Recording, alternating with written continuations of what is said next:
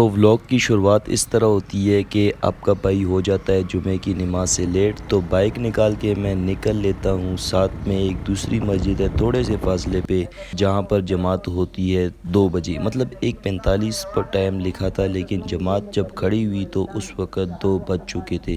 बहरहाल ये है वो मस्जिद, यहाँ पे मैं पहुँच गया। उसके बाद बयान सुन रहा था बड़े गौर व फिक्र के साथ।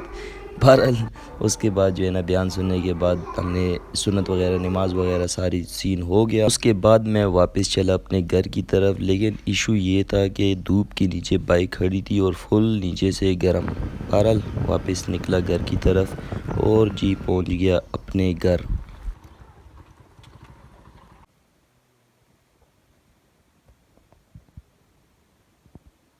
सब देखने वालों को असदुल्ला केपी का सलाम। उम्मीद करता हूँ आप सब बखैरियत होंगे। तो आज जुमे का दिन था, तो जुमे का दिन बहुत बहुत सबको मुबारक हो। सुबह जुमे की नमाज से लेट था, फिर जल्दी जल्दी नमाज पढ़ ली, दूसरी मस्जिद गया था, सारा सीन आपने देख लिया। लेकिन बहरहाल अभी जो है ना 3:15 हो रहे हो, 3:30 पे अकेडमी है, 15 मिनट रहते हैं तो निकलते हैं अकेडमी के लिए।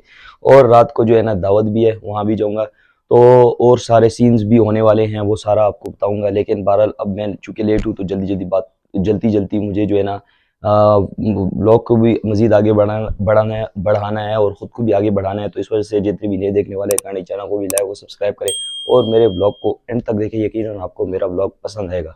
तो बहरहाल अभी जो है ना निकल लेते हैं। ओह अतर है, अतर तो रास्ते में ही लगा लेंगे, ठीक है, जेब में ही उठा लिया, रास्ते में ही लगाएंगे। और केड़ियाँ का है मेरी? ये तो नहीं है, ये तो नहीं है, अच्छा ये है मेरी। ओके चलो जी, केड़ियाँ पहन के निकल लेते हैं। तो यहाँ से मैं जल्दी जल्दी अपनी एकेडमी के लिए निकला, ठीक है।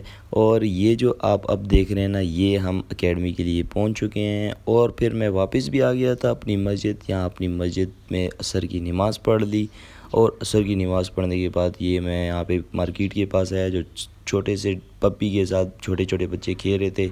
बहरहाल कि अभी इतना टाइम नहीं था कि मैं माइक अंदर से फुल प्रॉपर इसको लगा लेता, लेकिन मैंने इस तरह हाथ में पकड़ के बाद मैंने कहा 2-3 बातें कर लेंगे कि भाई मैं अपनी मस्जिद में नमाज पढ़ ली है। अभी जो है ना इस टाइम ट्यूशन के लिए जा रहा हूँ, क्योंकि रात को दावत है उन्हीं के घर। तो मैंने कहा ट्यूशन पहले पढ़ा लूँगा, दावत के लिए बाद में चला जाऊँगा। तो बाद यहाँ पे आ चुके हैं, थोड़ा सा आगे चलते हैं तो वहीं पर जो है ना उनका घर है ट्यूशन वालों का।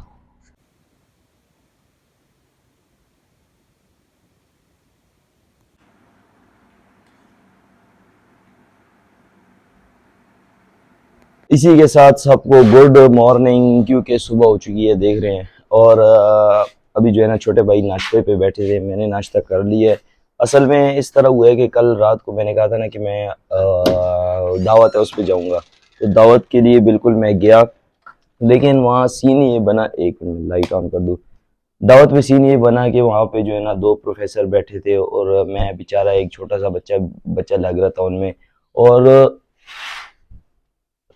मैंने कहा यार अभी देखो मैं वैसे वहाँ पे व्लॉग कैसे स्टार्ट करूँ ना, उनके साथ मैं इतना फ्रैंक था ना कुछ। लेकिन बहरहाल वहाँ पे बहुत बढ़िया दावत हुई, बहुत बढ़िया दावत हुई, अच्छी दावत हुई। और काफ़ी यकीनन मज़ा आया। बहरहाल फिर उसके बाद सीधा घर आ गया था।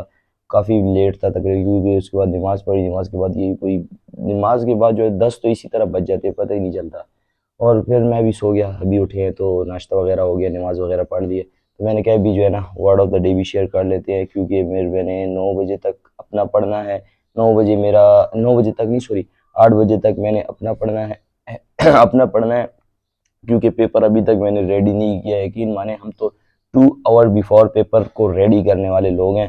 तो 9 बजे फिर पहुंचेंगे वहाँ। और छोटे भाई का पेपर है, उसको भी साथ लेके जाएंगे। लेकिन बहरहाल ये तो सब नेक्स्ट ब्लॉग में देखा जाएगा। आज का ब्लॉग यही भी एंड करते तो नहीं, अभी तो वर्ड ऑफ द डे तो शेयर कर लूँ।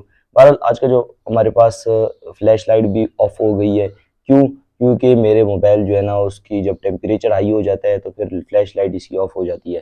लेकिन कोई बात नहीं है, हम कंटिन्यू कर लेते हैं हम अपना वर्ड ऑफ द डे। तो आज का जो हमारे पास वर्ड ऑफ द डे है वो है इंट्रिकेट।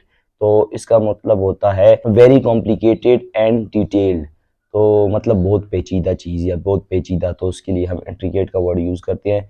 बहरहाल अगर इसको हम सेंटेंस में यूज़ करना चाहेंगे तो हम कह सकते हैं कि the watch mechanism is very complicated to understand.